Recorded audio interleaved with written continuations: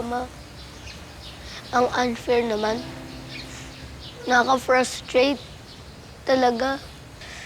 Kapag mahirap ka, wala kang boses. Bakit ganun?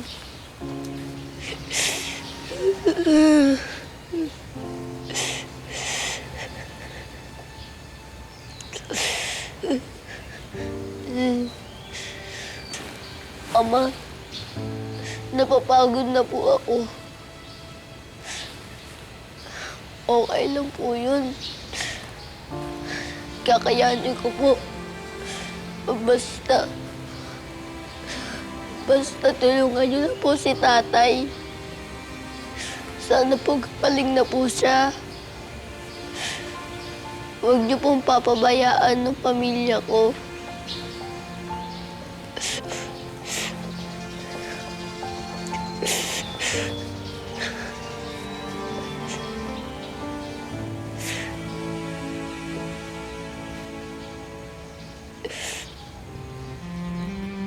Diyos ko, kung buhay man ang apo ko, kung saan man siya naroroon, kayo na po ang bahala magprotekta sa kanya.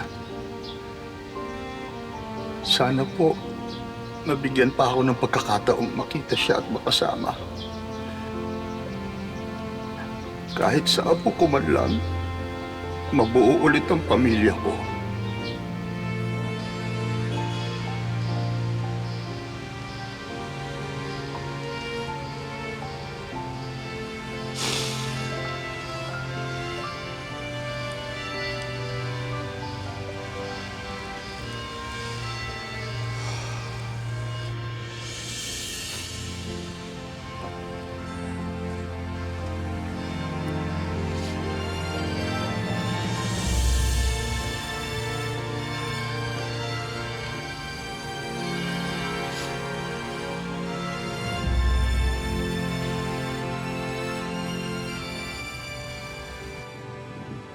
Ako naman, Juday.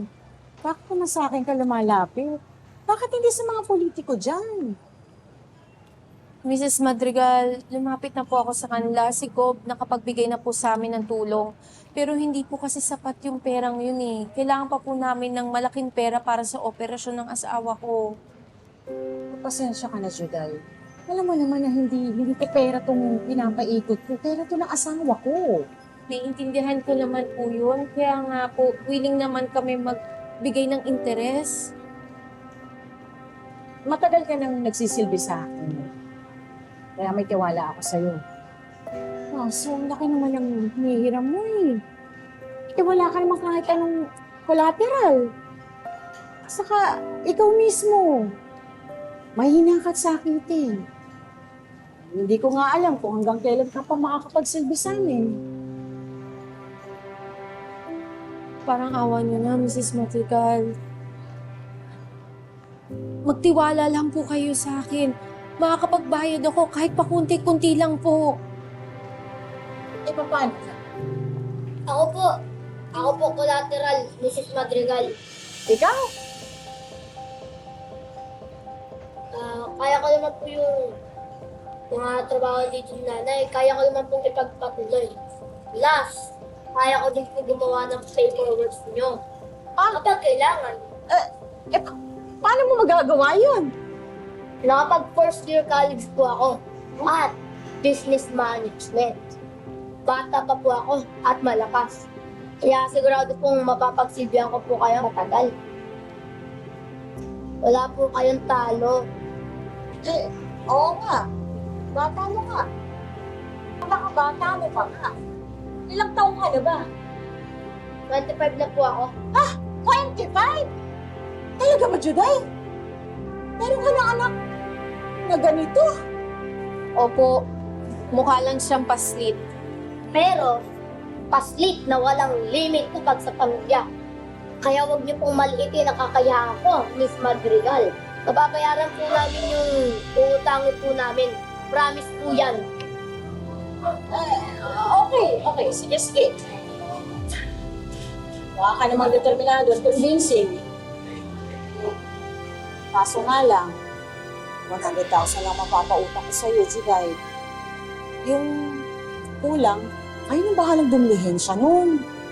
Naku, Miss Madrigal, malaking bagay na ho yun. Maraming salamat. Sige, sandali lang ha. Kukunin ko yung pera. Dali ah. Salamat ho. Anak, maraming salamat.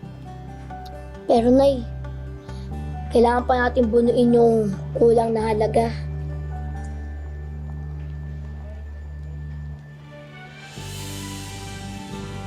Salamat, anak.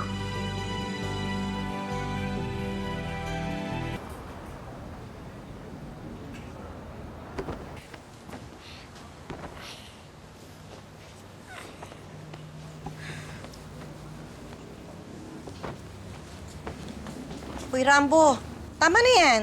Tama na yan. Hindi pa ako tapos. Hanggang likod pa. Sige na. Ako natatapos nito. Tsaka alam naman namin na ikaw si Mamang Paslit na walang limit. Pero boy, huwag mong kakalimutan na meron kang kaibigan na pwede mo lapitan. Tsaka, Rambo, huwag mong sosolohin ang problema. Ha?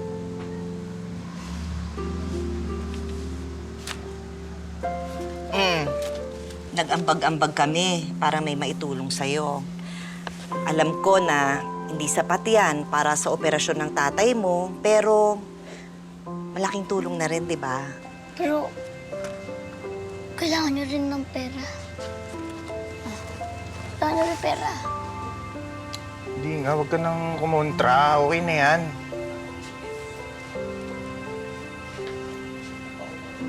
Nakapaabutin yun. Siyempre, ikaw pa. Ikaw si Mamang Paslit.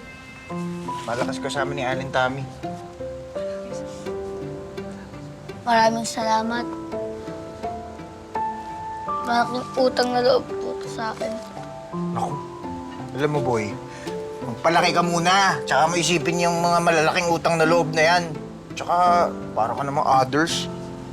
Oo nga naman. Tsaka, alam ba, Rambo? Pamilya tayo dito eh, di ba? Pamilya tayo.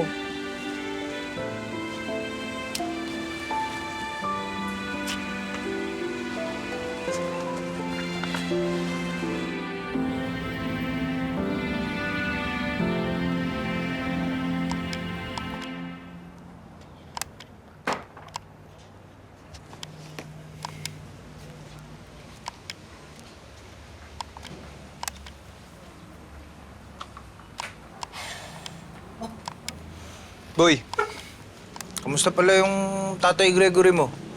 Na-schedule na ba yung operasyon niya? Di pa nga eh. Kapos pa kasi kami sa pera.